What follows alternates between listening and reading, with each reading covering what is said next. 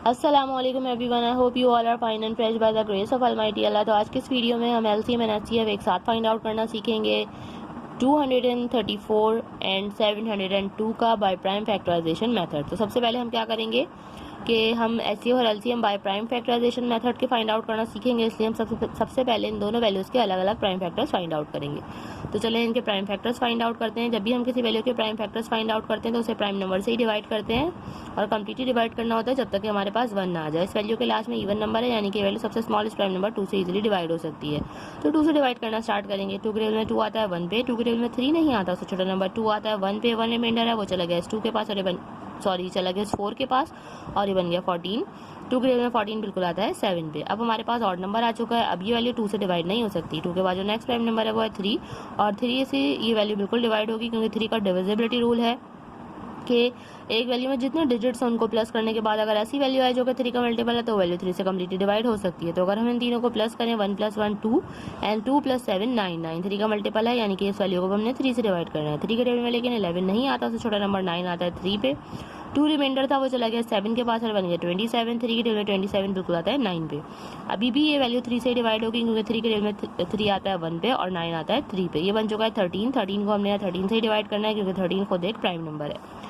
उसके बाद हम प्राइम फैक्टर्स फाइंड आउट करेंगे 702 के। इसके भी लास्ट में इवन नंबर है, इसलिए इस वैल्यू को भी हमने 2 से ही डिवाइड करना है। 2 के टेबल में लेकिन 7 नहीं आता, उससे छोटा नंबर 6 आता है 3 पे।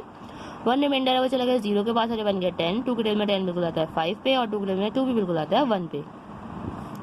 अब फिर से हमारे पास ऑड नंबर आ चुका है, ये वैल्यू अब 2 से डिवाइड नहीं हो सकती। 2 के बाद जो नेक्स्ट प्राइम नंबर है वो है 3 और 3 से वैल्यू डिवाइड हो जाएगी, क्योंकि अगर हम इन तीनों को प्लस करें तो वो बनेगा 9। 9 3 का मल्टीपल है, यानी कि वैल्यू 3 से कम्प्लीटली डिवाइड हो सकती है। 3 के टेबल में 3 आता है 1 पे, 3 के टेबल में 5 नहीं आता, उससे छोटा नंबर 3 आता है 1 पे। 2 रिमाइंडर है, वो चला गया इस 1 के पास और बन गया 21। 3 के टेबल में 21 बिल्कुल आता है 7 पे।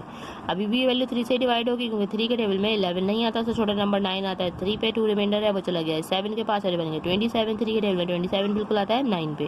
अभी भी वैल्यू 3 से डिवाइड होगी, क्योंकि 3 के टेबल में 3 आता है 1 पे और 9 आता है 3 पे। ये बन चुका है 13। 13 यहाँ पे 13 से ही डिवाइड होगा, क्योंकि 13 खुद एक प्राइम नंबर है। उसके बाद हम सबसे पहले प्राइम फैक्टर्स लिखेंगे 234 के, जो कि हमें यहाँ पे नज़र आ रहे हैं और वो हमारे पास ये आए थे तमाम प्राइम फैक्टर्स 2 × 3 × 3 एंड × 13। उसके बाद हम प्राइम फैक्टर्स लिखेंगे 702 के, जो कि हमारे पास आए हैं 2 × 3 × 3 multiply by 3 and multiply by 13। अब सबसे पहले एचसीएफ फाइंड आउट करने के लिए हम देखेंगे कि ऐसे कौन से प्राइम फैक्टर्स हैं जिनके हमें पेयर बनते हुए नजर आ रहे हैं। ये एक 2 का पेयर बना, पेयर बन के बाहर आ गया, इसे हमने एक बार लिख लिया। ये एक 3 का पेयर बना, पेयर बन के बाहर आ गया, इसे भी हमने एक बार लिख लिया। ये भी एक 3 का पेयर बना, पेयर बन के बाहर आ गया, इसे भी हमने एक बार लिख लिया।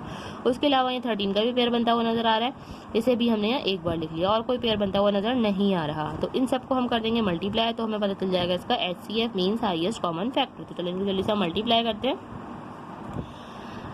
2 × 3 = 6, 6 × 3 = 18 और 18 को हमें यहाँ मल्टीप्लाई करना है 13 से। यहाँ हम रफक में कर लेते हैं 18 × 13। 3 × 8 = 24 का 4 2 कैरी। 3 × 1 = 3 + 2 5 और 1 से करेंगे। 1 × 8 = 8 एंड 1 × 1 = 1 4।